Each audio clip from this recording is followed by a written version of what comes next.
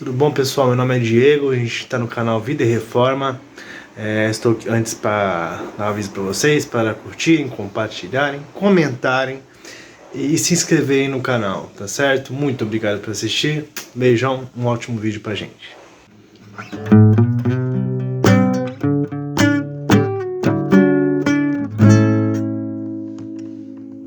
Bem, pessoal, meu nome é Diego, a gente está no canal Vida em Reforma e hoje nós vamos continuar a série sobre teologia sistemática, né? Pincelando de um modo bem sucinto, mas de um modo claro, as doutrinas de ordem sistemática, de acordo com a doutrina sistemática, com a teologia sistemática, é lógico. Então vamos lá. Hoje eu acho que vai ser o vídeo mais curto, pelo menos até agora, dessa série, porque eu não pretendo atropelar os temas, tá? Se eu começo o tema, eu tenho que terminar ele, porque senão fica um assunto meio perdido, tá? E hoje eu vou expor um tema que não é tão extenso assim. E que depois dele eu vou falar sobre outro assunto que talvez tenha que ter um pouco mais de carinho, tá? E hoje eu vou falar sobre um tema das obras de Deus, que são os decretos, né? Ou o decreto de Deus, dependendo da sua interpretação, tá bom? Falar sobre as obras de Deus requer um ponto de partida se tratando de Deus, de criação e de redenção. Por que a gente está... por que eu faço falar disso? Porque, para você entender, eu sempre falo isso para todo mundo, para nós entendermos bem, para nós fazermos uma boa teologia sistemática, uma teologia saudável, a gente tem que começar com os atributos de Deus e, partindo desse ponto, conceber uma teologia que não se contradiga, tá? E é sempre esse ponto de partida, é o Deus, os seus atributos, a criação e a nova criação, que é a redenção, tá? Então, esses três pontos, digamos, tópicos, tem que ser o ponto de partida na nossa teologia. E nesses três tópicos, o decreto de Deus, ele é como se... ele é o ponto de partida do ponto de partida, entendeu? Digamos assim. Ele faz parte dos atributos de Deus, ele faz parte do ser de Deus, que linka Deus à sua criação, tá bom? Porque o decreto de Deus concebe a criação. Na verdade, quem concebe a criação é Deus, mas o decreto de Deus, ele é esse meio para que a criação acontecesse. De acordo com o decreto de Deus, tudo acontece, tá bom?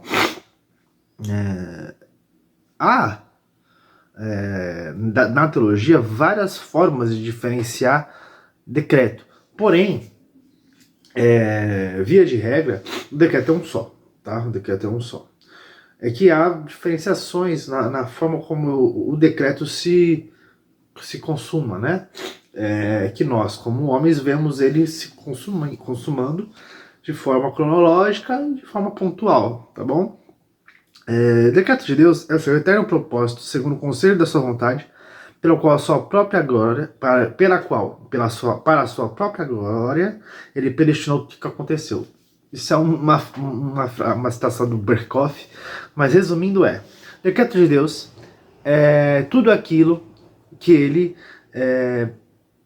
predestinou para que acontecesse para a sua própria glória e de acordo com a sua própria vontade, tá? Isso é o decreto de Deus. Aí nós vamos começar agora a falar sobre algumas características dele, do decreto. E a primeira delas é que o decreto é um. O decreto é um só. O que você quer dizer com isso, Diego? Porque como o decreto ele é realizado fora do tempo, tá? Ele não dá para identificá-lo de forma cronológica ou falar de forma progressiva. E outra, Deus é perfeito e imutável, então ele concebe o decreto de uma vez só, tá? De modo extremamente organizado, de modo extremamente coeso, e é isso que nós reformados acreditamos, tá bom? O decreto está em plena harmonia com o conhecimento divino. Tudo que acontece no decreto vai acontecer. Então, necessariamente, o conhecimento de Deus não se perde no decreto, como muitos dizem, né? Ele não é pego de surpresa também, como muitos dizem. E ele não muda, como muitos dizem. Na verdade, ele simplesmente age com a sua providência a história de acordo com o seu decreto. Tá bom? O decreto não é um ato. Ele é a manifestação, exercício interno de Deus, dos atributos de Deus para mostrar o futuro das coisas. Então o decreto, na verdade, não é... Por exemplo, Deus decretou o pecado, mas Deus não agiu.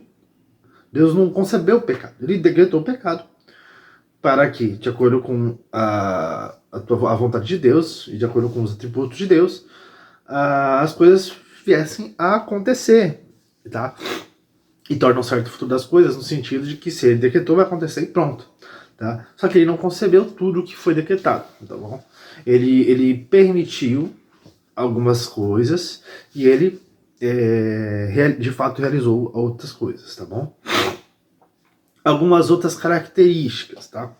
O decreto de Deus tem como fundamento a sabedoria divina, ou seja, a criação não pode contradizer os atributos de Deus. Em que sentido? Então um pecado não é possível? Não é isso que eu quis dizer. O que eu quis dizer é o seguinte, o pecado vai continuar sendo pecado, tá? Ele existe, mas ele continua sendo pecado, porque está de acordo com a sabedoria divina, está de acordo com os atributos de Deus, tá bom? O decreto de Deus é eterno, no sentido de ser fora do tempo. Tá? Ele é eficaz, porque Deus é onipotente e é soberano. Tudo que Deus decretou vai acontecer, tá bom? E é imutável, como eu disse, quando não faz sentido um decreto ser alterado ou a vontade de Deus ser mudada de acordo com as coisas que vão acontecendo se está decretado, tá? Ele é incondicional, isso aí também eu acredito que logicamente não faz sentido não acreditar nisso, porque como que o decreto tem condição se o decreto ele está predestinando as coisas, né? Como é que ele vai ter condição para isso, né? Não faz sentido. Ele é universalmente abrangente, no sentido de que todas as coisas, o decreto de Deus envolve tudo. Ele não decretou somente uma situação, ele decretou tudo. Tudo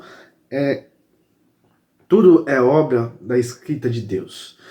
O livro da criação, o livro da existência, Deus detalhou todos os pontos da criação e da redenção e todos os pontos de todo o universo. Deus decretou tudo, tá?